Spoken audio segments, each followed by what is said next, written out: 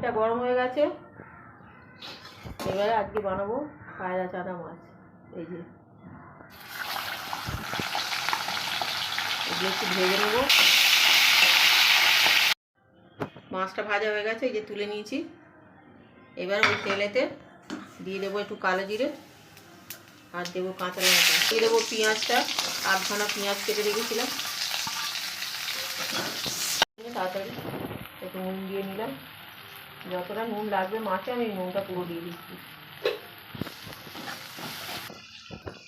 দিয়ে দিচ্ছি একটা টমেটো কেটে, আদা মিষ্টি দিয়ে দিলাম, হলুদ গুঁড়ো 7 চামচের মতো, দিয়ে দেবো লঙ্কা গুঁড়ো,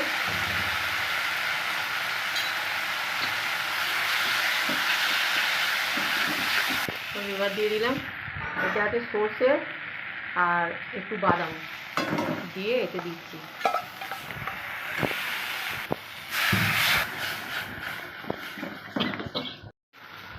মশলাটা কষা হয়ে গেছে, এবারে জল দিয়ে দিচ্ছি। মাছটা দিয়ে দেবো। এবার ঝোলটা একটু ফুটে গেলে মাছটা দিয়ে দেবো, জলটা পরিমাণ মতো দিয়ে দিই। মাছের ঝালটা দেখুন হয়ে গেছে, মাছটা হয়ে গেছে দেখুন খুব সুন্দর হয়েছে।